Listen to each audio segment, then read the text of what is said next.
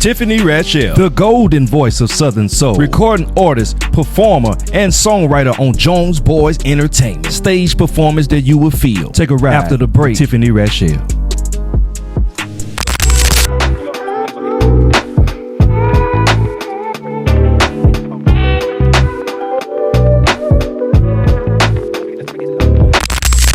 Hello world, welcome back to another episode of After the Break with me, J. Paul, from the window to the wall. The platform has been getting blessed with some great guests. This is nothing else short of greatness. This is an artist on Jones Boy Entertainment, a national recording artist, singer, songwriter, and performer of blues, Southern soul, and R&B. A Houston-born talent that has shared a range of stages in theater productions. She's also appeared on Amateur Night at the Apollo. Oh, matter of fact, Showtime at the Apollo. Pardon me, because this is no amateur. I guarantee I'm telling you right now. She signed with Jeter Jones. She signed with Jeter Jones, Jones Boys Entertainment, in April of 2023, and she's been steady rocking crowds. Got 100,000 views on YouTube at Tiffany Rachal Vivo, and is featured on over 200,000 plus more.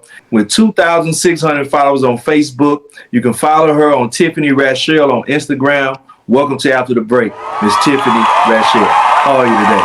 I'm fine. How are you? Wonderful. Thanks for asking. Thanks for being with me today.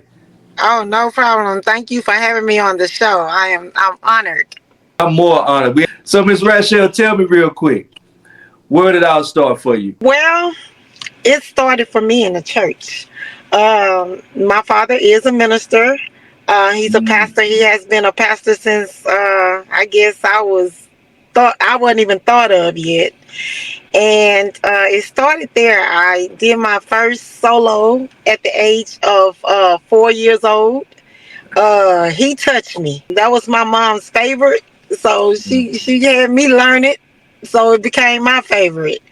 And I did my first solo, and it was on from there. So like the electric heaters that I think they call it the space heater. I was determined to play the piano for some reason, and the space heater was my piano. So I don't know if I'm the only one that did that, but yeah.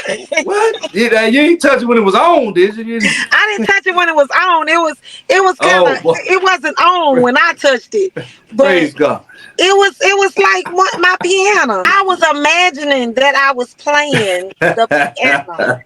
So I didn't have no music. When I want to sing, it's good to enjoy the music part. So I just gathered. I say, hey, look, I'm just to put me some music together. I'm just sit down in this little chair and I'm gonna play, and that's what I did all the time, every day, all day. That was my entertainment for myself. So yeah. But that's it's nothing wrong with that, because an artist is a visionary, right? And visions come from things in the sense of like faith, exactly. Things not seen. And so being artistic in that way, man, you have to have an imagination or a vision or foresight to see what it is that you want to produce for the world. And right. So, man, so your imagination, man, look at where it's brought you so far. Grew up singing in church, you sung your first solo at a young age. Like from there, you just never stopped. I really never stopped. Well, actually junior high school, and went from junior high school to high school. I was in choir, theater, and I sung up until the 12th grade, and I was so involved in a lot of retreats that was dealing with singing. At first I didn't want to go to college with trying to get a degree in singing. I wanted to get it in business, so I ended up getting it in both. And when I graduated from high school, I went to Lamar University on a scholarship with volleyball, and I just went ahead and did what I wanted to do with music and business, and then I transferred to Houston U of H, and I went there. So I was really blessed. Graduated, I started going to talent shows. I did Star Search in Houston. At the time, it wasn't Star Search like it is on TV, but that's when they kind of was testing it out. and they was Oh, going to different cities, and I was in that Star Search, and I won. So I went from there to going to local Houston, Texas talent shows. That's how I paid for, like, you hear these college students saying that they didn't have no food. Shit, I had some food. the gifts will make room for you, huh? Yes, yes. If I couldn't do nothing else, I can make some money off some singing. You hear? Yeah, yeah. So I did that, and then after that the talent shows led me into getting my first manager, which is Cat Daddy's Production out of Houston, Texas. I then got on Apollo. He was able to put me on Apollo. I went on, and like you said, it's not no amateur for me. It's probably an amateur when I did go, but I was serious. I was serious. I was trying to do some stuff. So I got on Apollo, which led me to meet Andre Harrell and Al B. Sure. And once I met those two guys, I signed with them. Oh, Unfortunately, that's when they bought out Motown Records. And once they bought out Motown Records, then there they go. I was shelved after the record was almost getting ready to get released with Albie Sure. After that happened, I went on tour with Mary, Johnny Gill. I was pretty out there before my young years, yeah. and when I stopped doing that, I decided that I just wanted to raise my family because I got pregnant. So Well, well, let's rewind back before you got pregnant. We got to go back because okay, that's a lot, and we're gonna get back to that too because I want to ask questions about those tours too. But the Apollo, I actually have family. My grandmother's siblings lived in New York. My aunts and uncles lived in New York, but I never visited New York. I have friends live in New York, but they all go to the Apollo Theater. And yes. most people that go to the Apollo Theater say that that's one of the hardest theaters to keep people in their seats and entertain. But it's on the flip side of that, the entertainers say that it's a beautiful experience because of the historical value of being in that building. So how was it being on the stage in the Apollo Theater? Okay, so I was about maybe 19. I probably was 19 years old. And at the particular time that I went, I was excited. I was excited because I got, at that particular time, I got out of Houston, Beaumont, because I'm originally from Beaumont, Texas. I got out of those cities and I went to the Big Apple. I was excited about that, but then as we traveled and we got close to, Apollo, it was just people doing all kind of stuff. But I was able to tour the whole place. And then when I got on stage, I had to, of course, I had to rub the wood, Mhm. got on stage. It was a different element. I have never been the type of artist that's been nervous. But Mhm. that particular night, I was nervous because you got Sandman, you got all this stuff going on, so people like they expecting you to be bad. Yeah, But right. I sung a gospel song. People just was like looking, and I was like, well, why they not moving, or why they not?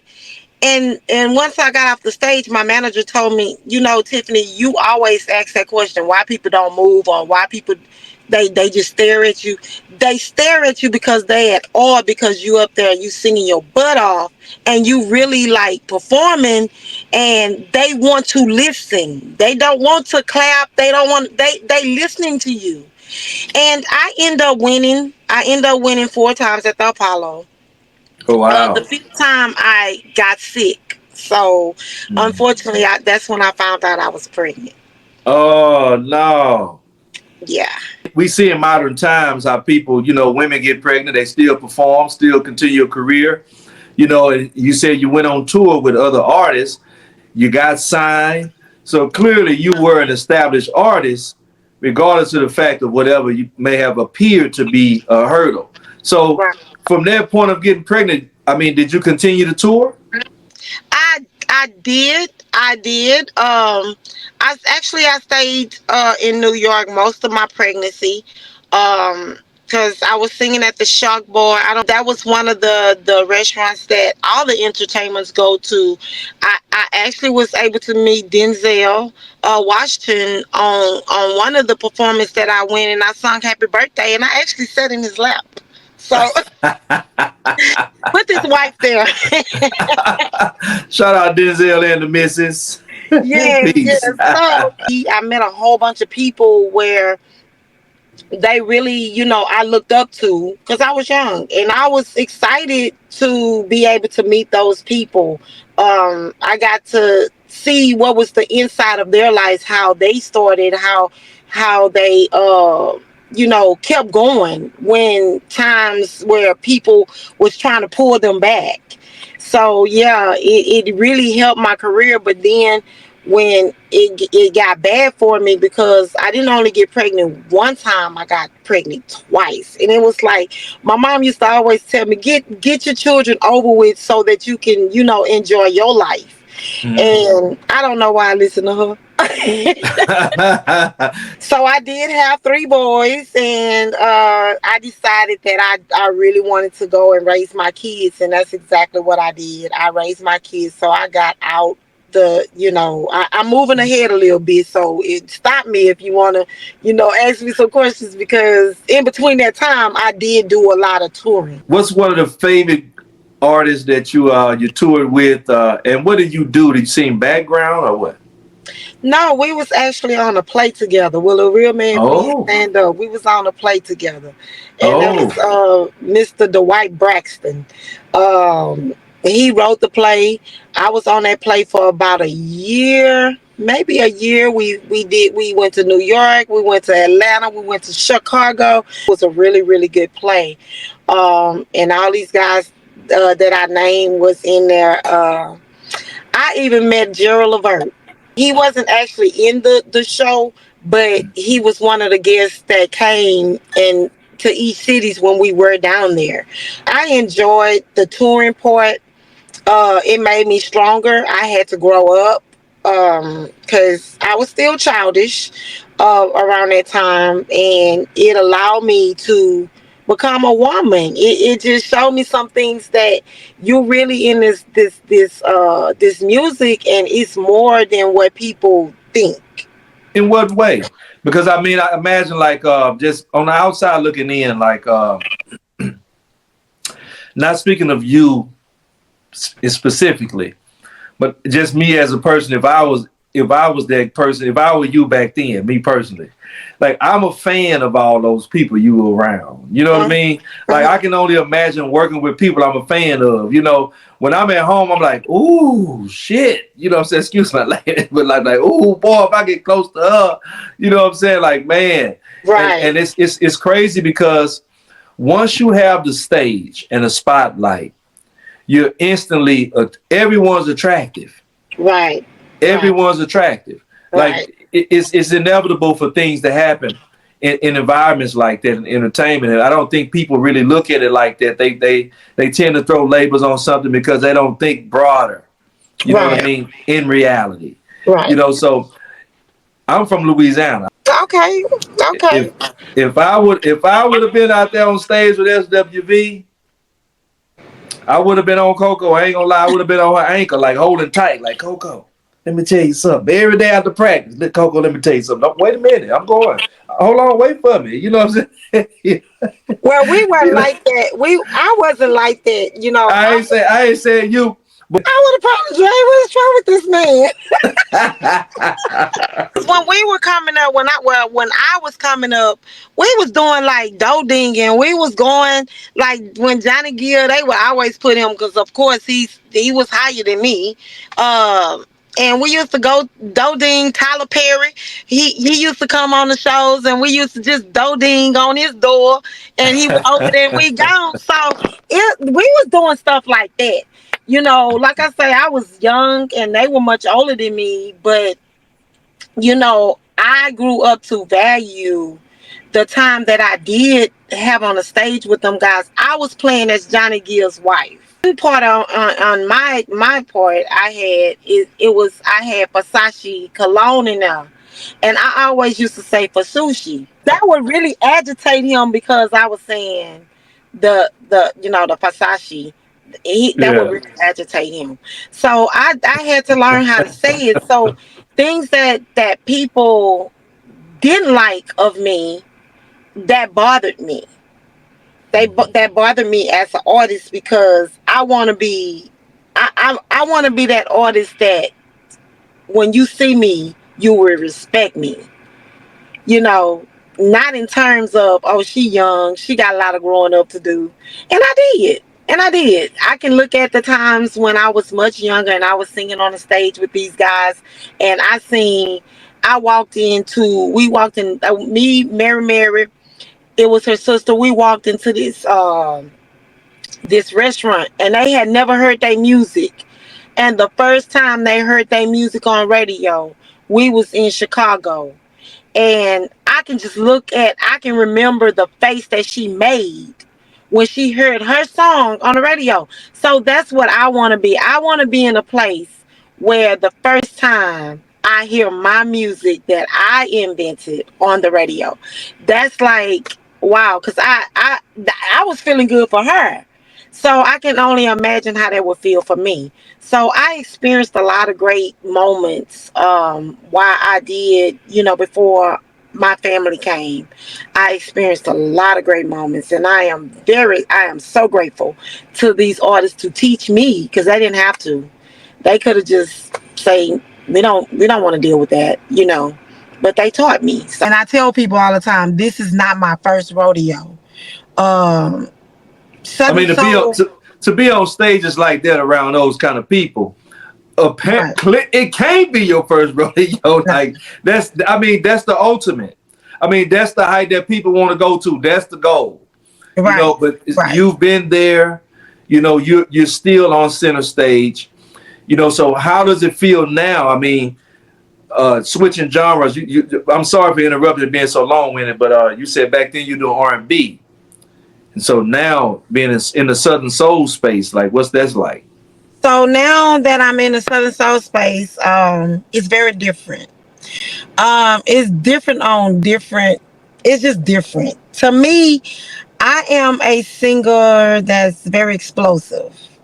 I want to start, and I had to learn this too. I want to start the song off strong, and I want to end the song off really even stronger than when I started off. Real R&B And singer. right, right. So Huh? now I have to learn to just chill and lay back. Jeter tell me all the time. He say, Tiffany, he say, you going hard. You going hard. Calm down, relax. I say, well, I don't do all that dancing. So I gotta whatever I gotta go on the stage and do, I gotta go on the stage and I gotta be right. So if I gotta blow, I just have to blow. So now he tell me 1, 2, 3, 4, 5. That means oh she at 1, now she at 2, now she at 3. So he counts. So now I'm looking at him like when he doing this here. I'm like, what is that about? Like, calm your butt down. You just all over the place. And I do. I do. When I and I'm used I have always been like that. I'm at a place now where when I hit that stage, I'm ready to go. I'm ready to let you have it.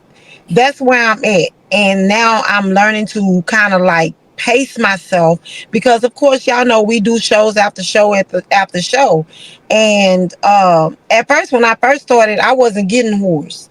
Now that I'm doing shows like in the weekday throughout the weekend, it's starting to wear and tear on my voice.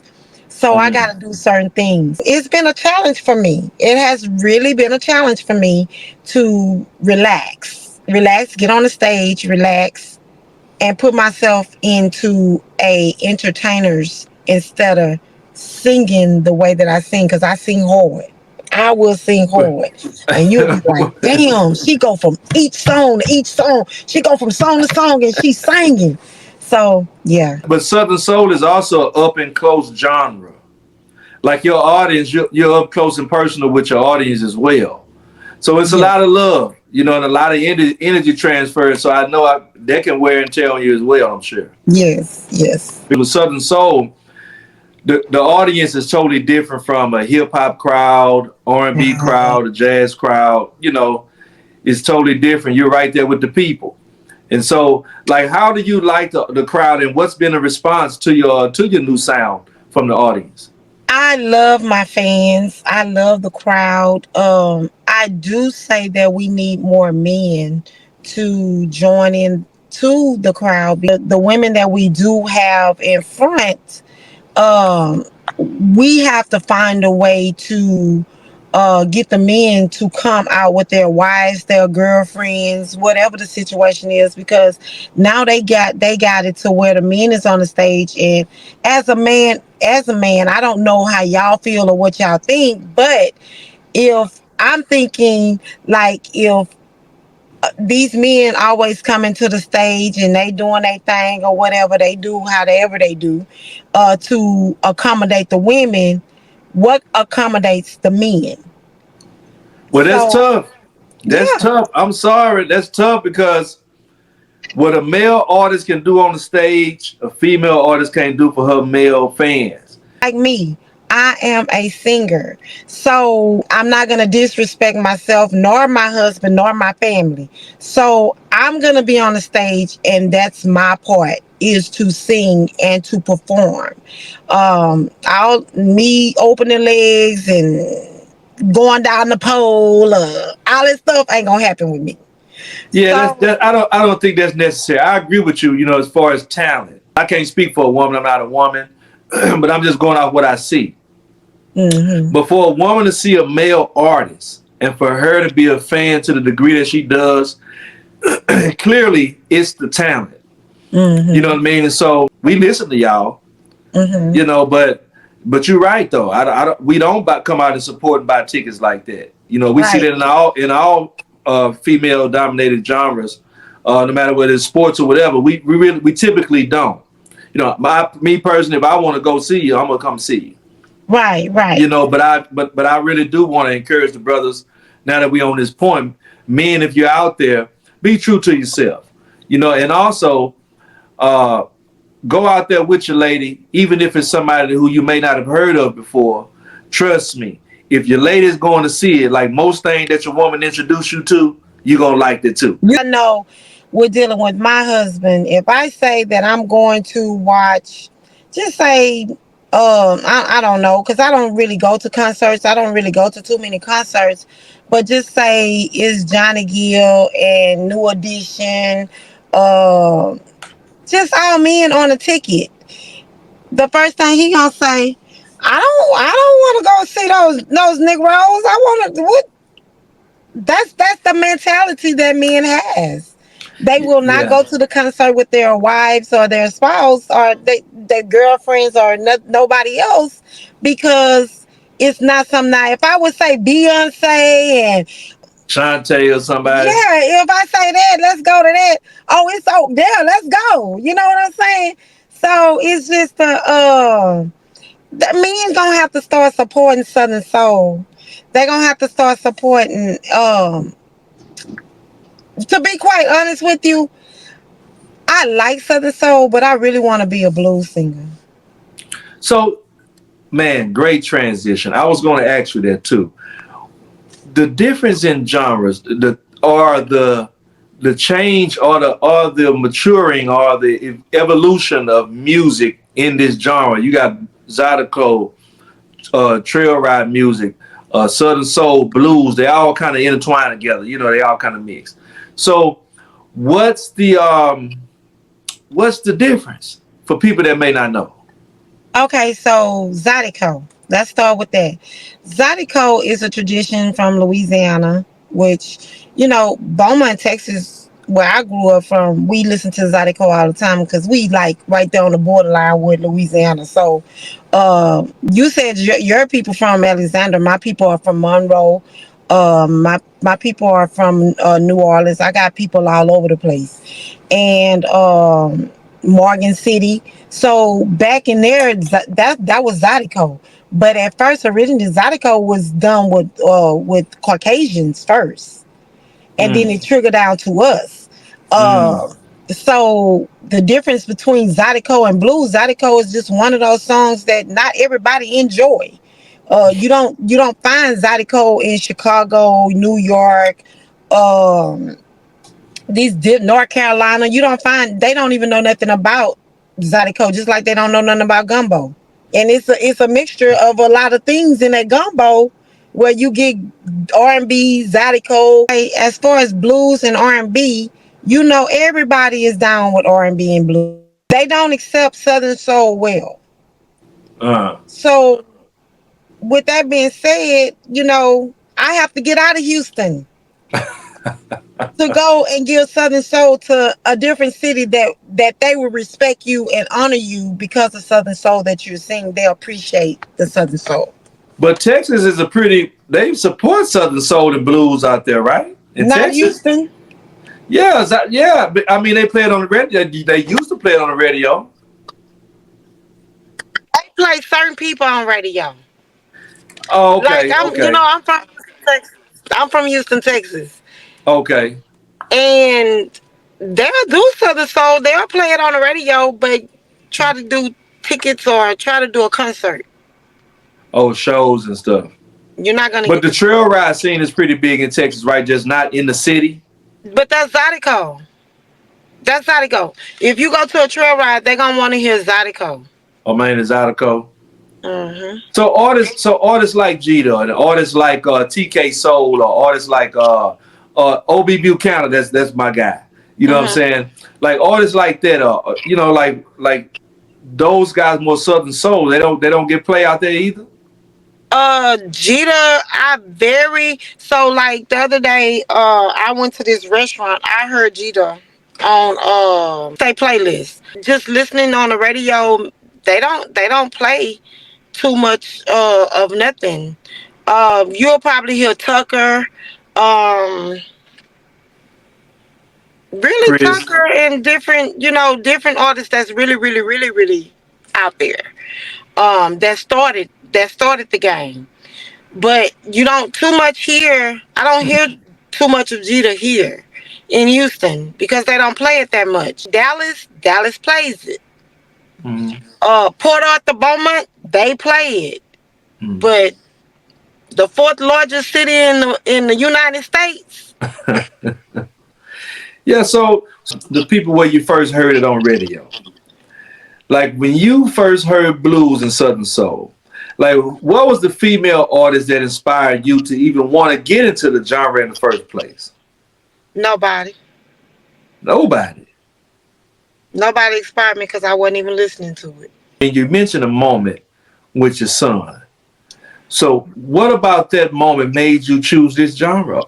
So when COVID hit, I was a praise and worship leader in church. Excuse me. And we were doing virtual praise and worship. We was doing virtual church because of course nobody couldn't go to church, so everybody was at home. And one Sunday I did praise and worship virtual, and it made me mad. And I asked God and I What? prayed. It made me literally mad You were the because leader.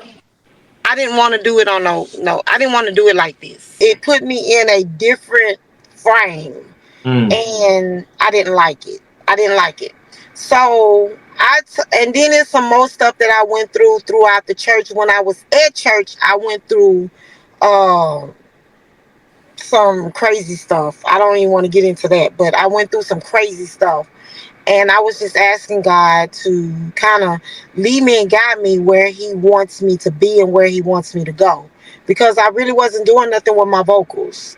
Mm. Um, I was always told by my dad, if you don't use your vocals, if you don't use the gift that God has given you, it will be taken and given to someone else. So I say, okay, it's COVID and I need to find some directions. So I prayed about it for about a good month, I think.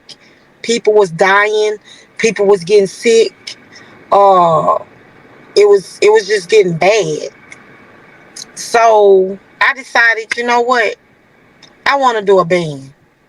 When all this is over with, I'm gonna start me a band, and I'm just gonna gig, see how it go, where it take me. I did that, and I was very successful with that. Met D&D, which is Dave and David. Um, they had their record company that they were supposed to be doing, and David, we call him David Jr. He's a cousin of mine, and he talked me into Tiffany. Why don't you try Southern Soul Jonda? I said, I don't know. So I did talk it over with my husband, and we decided to go and record. Well, in the midst of me recording, um, I came out with my first single, which is Shoop Shoop, and then I came out with a song called Rock and Roll, which featured Jeter Jones. We did the video, we did whatever we had to do. Then my son told me 3 weeks before the event happened, before his tragedy happened, he told me, "Ma, you raised us. It's time for you to do you. It's time for you to share your gifts with the world." And I say, Jalen, you're right. You're right. So then, 2 weeks after that, Jalen was killed. He was murdered by officer that worked for Houston Police Department, and they were going to serve a warrant, and the gentleman, Officer Shane Privy, decided to get out of his car and shoot Jalen, and shot him and hit him right in the back of his neck. So he killed him. And the day that my son was murdered, I was actually in a studio recording "Happy Now," which is a song on my album Southern Affairs. It's called "Happy Now." And when I got home and I relaxed and I got my mind set on cooking dinner, whatever, the news came on. Then I got a call. Then it went from there. So I was in this place where I have to continue my music. I have to continue singing. So I did have a show like right after that happened. I had 3 shows. And my husband was trying to talk me out of not doing it. The band leader, he tried to talk me out of not doing it. And I said no. I said, because if Jalen was here, he will, if he knew that I didn't do it, he would be mad. So I have to go ahead and do it. I have to be strong. I have to get up there, and I have to share my gifts. And that's what I did. It was very difficult. It was hard because I knew after I finished, I still had to face what has happened. So yeah. And so now I have a point to prove with my gifts. And if you ever come out to hear me sing, you will know that through my vocals, I have a story. I have a story to tell. I have all this stuff, all this anxiety built up that I give through my singing. And I'm not gonna stop until I make it to where I need to make it. Absolutely, that's beautiful, and you shouldn't stop. I really applaud your strength and courage to continue to pursue what it is that you were encouraged to do by your son. God rest his soul, and I'm sure he lived to live again. And I'm sure you raised him in a way to where the Most High is pleased, you and your husband, and your household, man, and the leadership there, what I'm saying, was truly godly. So God bless you, and man, and your success is proof of that. In my personal opinion, because you're doing numbers, your momentum is picking up. There is a buzz, and I'm hearing great things. Everyone keeps talking about how great your gift is, which is your voice. And so I want to encourage you, sister, to keep going. Thank But you. on the flip side of that, I got to quit. Okay. I hate to transition that fast on you now. I hate to transition that fast on you. I'm trying to watch the clock because I respect your time and I appreciate you. It's so good. This is good. I really appreciate you. I really do. The first question.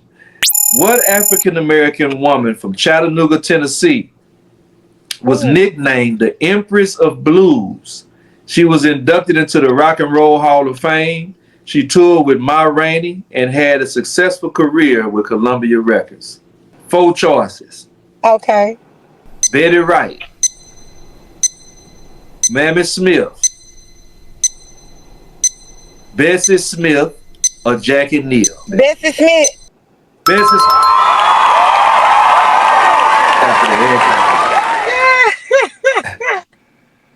That was kind of hard.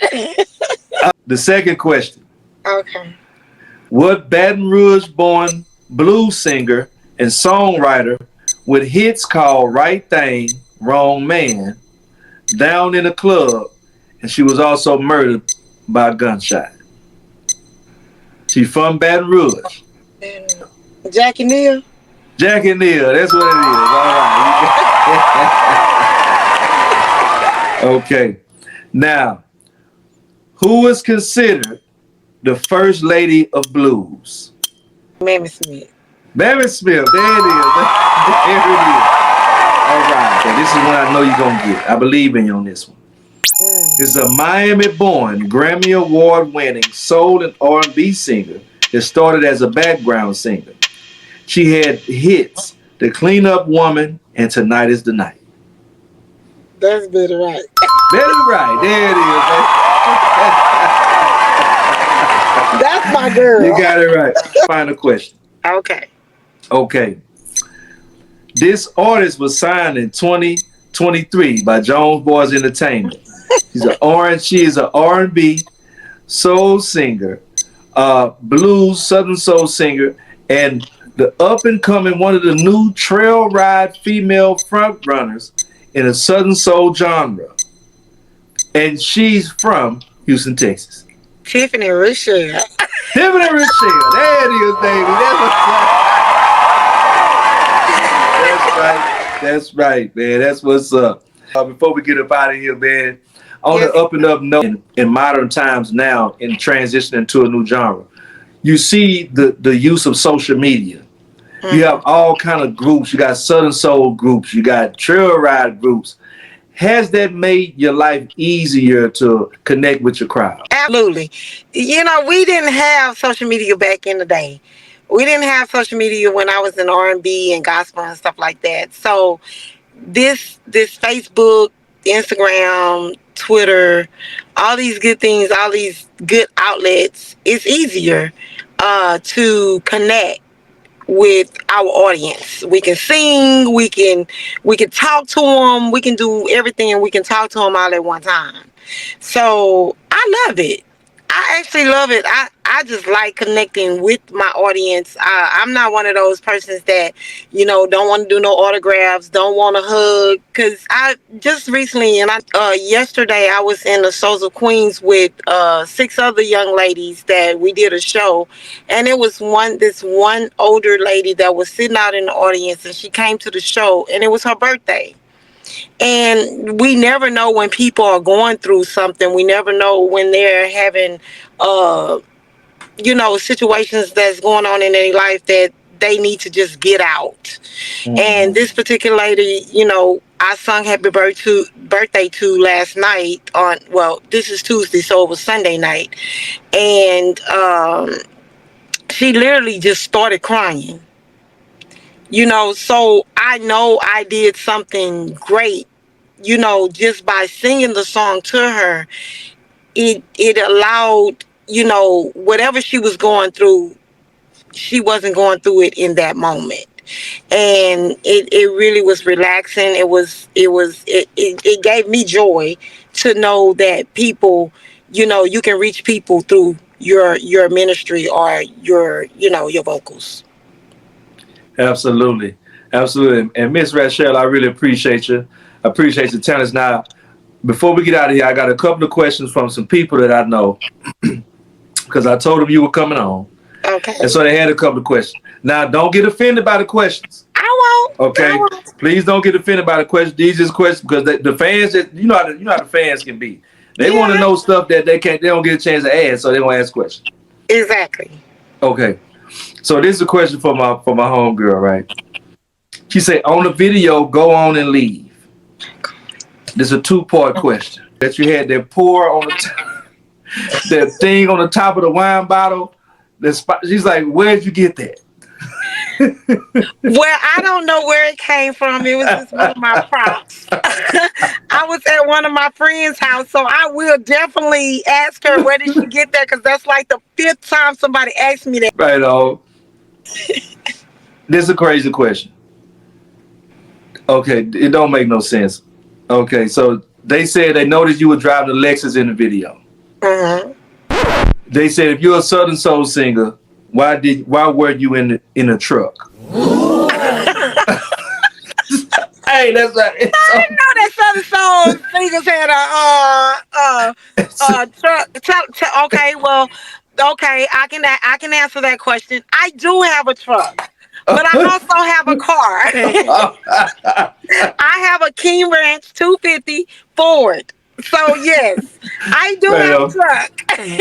Right on, right on. But I was in a video and I was catching my man with another woman. So that wasn't Oh, important at that time. right on. Had to be low key with it. Huh? Yes. Right on. Good question. Yeah. And the last thing, how hard is it to shoot videos? It's not hard to shoot. It's hard to come up with the treatment. It's hard to come up with the treatment because when we are doing these videos, you have to like figure out, okay, first of all, what do y'all think we're singing? Because it looks so real. You know, yeah. And the So, songs we think that we be thinking the songs be real. We don't know.